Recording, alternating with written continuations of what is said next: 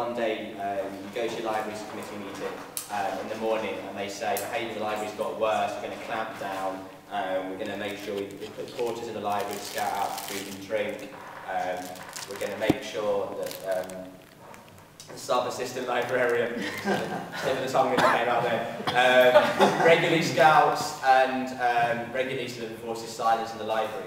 You have that in the morning. In the evening, you have a group of students come to an open meeting and say we think we should be allowed some light snacks in the library and we should also be allowed some other drinks and sparkling water in a sports top bottle. How do you respond to this problem? Bendis? Well, I don't feel... I would say that drinks other than water and snacks shouldn't be allowed in the library. But I also feel that it's almost totalitarian, the proposal put forward by the library committee and the sub-assistant librarian. That's not a way to gain the people, the students' trust. I would strongly oppose that. And, well, I mean, basically, I would just make it known. Again, I would make, it's going to be a recurring theme. Petition, just make sure that people realise, you know, that the sub-assistant librarian realises the student voice on this. Look, obviously, the majority of the student body is not going to accept such measures. And as long as that's publicised and done in a legitimate manner, I don't see any reason why, you know, that should be ignored. Yeah, first of all, I think one of the things separates time horizons in this, because allowing light snacks and other drinks, that's a long-term issue, that's not short-term on the day to discuss rules eventually, and that's a new rule.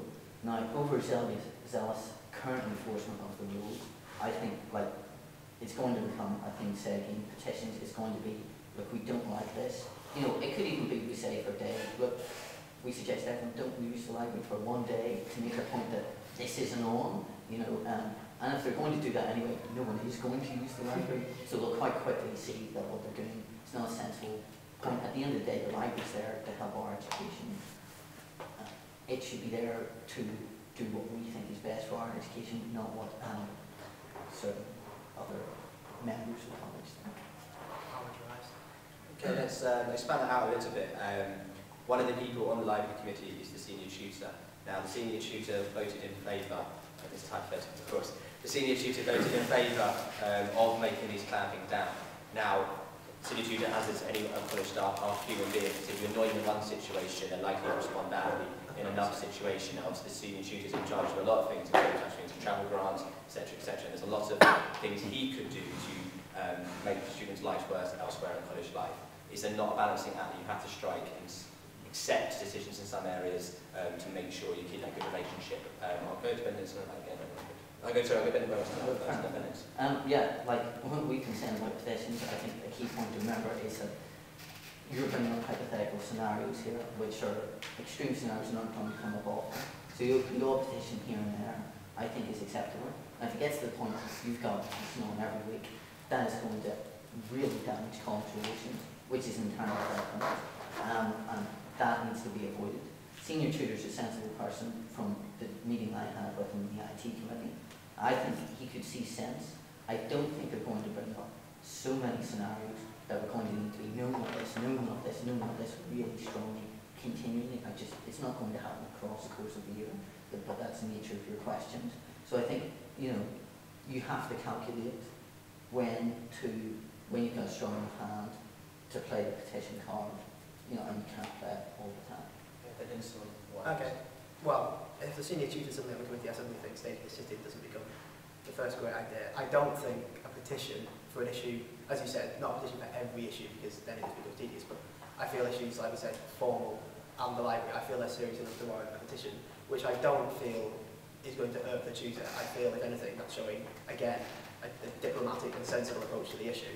I would like to know exactly the reasons why he feels such measures are necessary in the first place, because I certainly, from the few times I've been in the library, I've never seen an issue with behaviour to the extent that it requires such policing. Okay, anyone else want to make some point on the library, or we'll move on? Excellent. Simple yes or no question, really.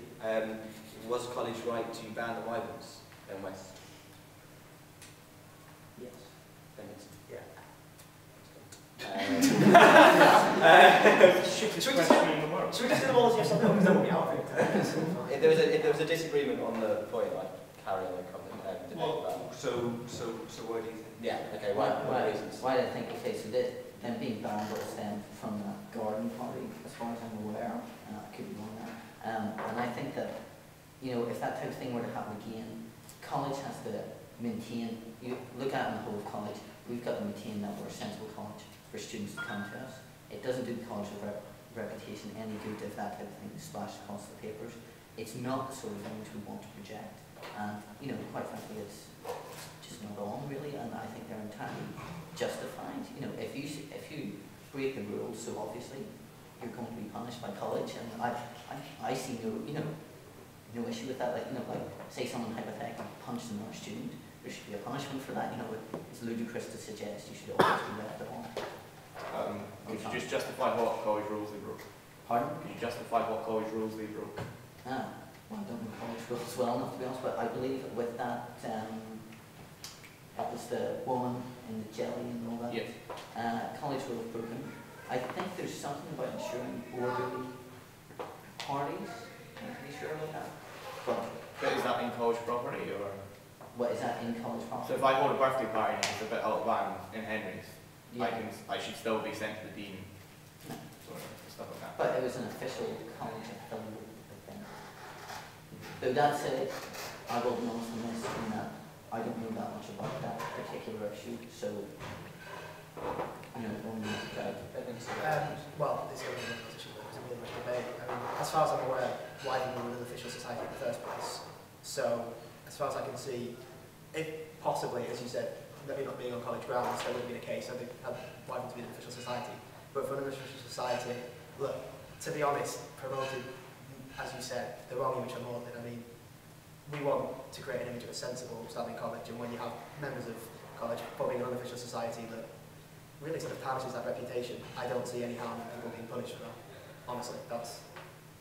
I think you have to face up to what you're actually Declan had to find the first point. Yeah, Ben Hinson, you mentioned yesterday in your speech about like the traditions of Magdalene College and being something you wanted to maintain. Do you not see the Wyverns as falling into that? traditions. I don't see Wyverns as being a tradition. I see that as being a separate thing set up by students for a bit of drinking, which isn't part of Cambridge. So student traditions aren't traditions that you're willing to protect? No. I mean, student traditions which are affiliated with the college. I feel things. I mean, like I said, I don't know the story either, but I think my understanding is there have been times when the relationship between the Wyverns and the college as an authority have been closer than they are currently. As a point of information, the Wyverns were obviously never been supported by college, but they were officially banned a couple of years ago, so there's like official college policy in place banning the Wyverns. I said I'd go to sorry, yeah. I mean, I said yesterday I wanted to maintain traditions, but also refine things to put in a better place. And as far as I can tell, an official society that really doesn't have any, people may disagree with this, I don't know, people who are quite offended maybe, but I don't think it has many beneficial impacts that would be lost. And in fact, I feel the college would gain in terms of reputation by it not being there. So I feel that is a refinement of traditions that isn't the benefit of the college. So I go to Reggie. We both talked about painting a sensible picture, as like the college is a sensible one. But surely something like Miss Magdalene is on the same level as the Wyverns, although it's not as public, but it's just as bad. Not that I have a problem with it, just I think it's hilarious. I think in a way you've answered your own question. The difference there is publicity, its size of thing, and also Miss Magdalene's and in Magdalene, in Ramsey, you know, we're not going to have photographers turn up and that type of thing. Whereas the Wyverns garden party is publicised in the entirety of Cambridge. Photographers are sent down, as far as I'm aware, annually to take a picture of a drunken girl, splash it over the sun, or you know, the Daily Mail, whatever. I don't see that happening in Miss Magdalene. And if there was a photographer from the Sun, I think we can just pretty quickly. You say you don't see that happening. With this year's Miss Magdalene, when we were running it, the morning after the event, I got an email from the Dean demanding that I immediately found these sorts of photos on Facebook and the video on Facebook, and strongly suggested that these were removed because these were leaked out to the newspapers as having the press would be understandably banned. So that could still quite possibly happen. It's less likely to happen. You know, that's on Facebook and individuals. It's not the photographer from the newspaper. If you see what I mean, you know, there's a difference technically, but the risk is less, and it's not sensible because I feel that in a small